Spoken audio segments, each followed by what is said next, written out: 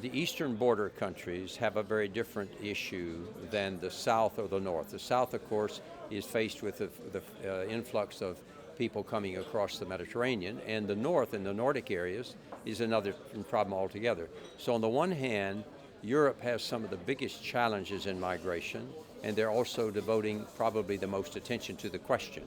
I think you can expect that there will be more migration into Europe because you have an aging society, more people dying than being born, and you have need of more workers. So you cannot just have a high-skill policy, you got to also have middle and low-skill policy.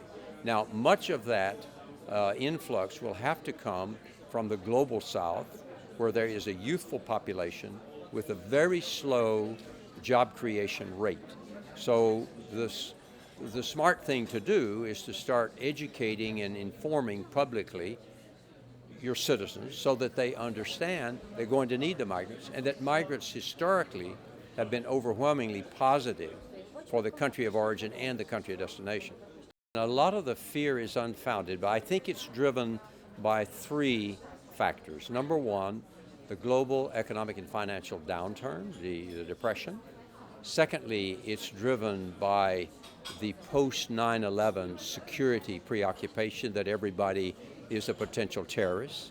And thirdly, perhaps most importantly, it's driven by a very irrational fear of the loss of personal identity or of national identity. So that this causes you then to chase stereotypes. So we're making policy very often based on fear rather than objective analysis and strategic thinking. Because if you figure you're going to need more workers, maybe 40 million by mid-century, then shouldn't you now be preparing the public mind to accept that these workers are coming to help the country? Should we expect more and more Ukrainians here? The situation is simply too uncertain right now to know. I mean, since you've had a long history of being neighbors, obviously if more do come, you'll want to be sure to welcome them and to try to help them to feel comfortable here until the situation has clarified itself there. But it's very hard to make any predictions at this point. Everybody's thinking and trying to do contingency planning, but I don't think anyone really knows at this time.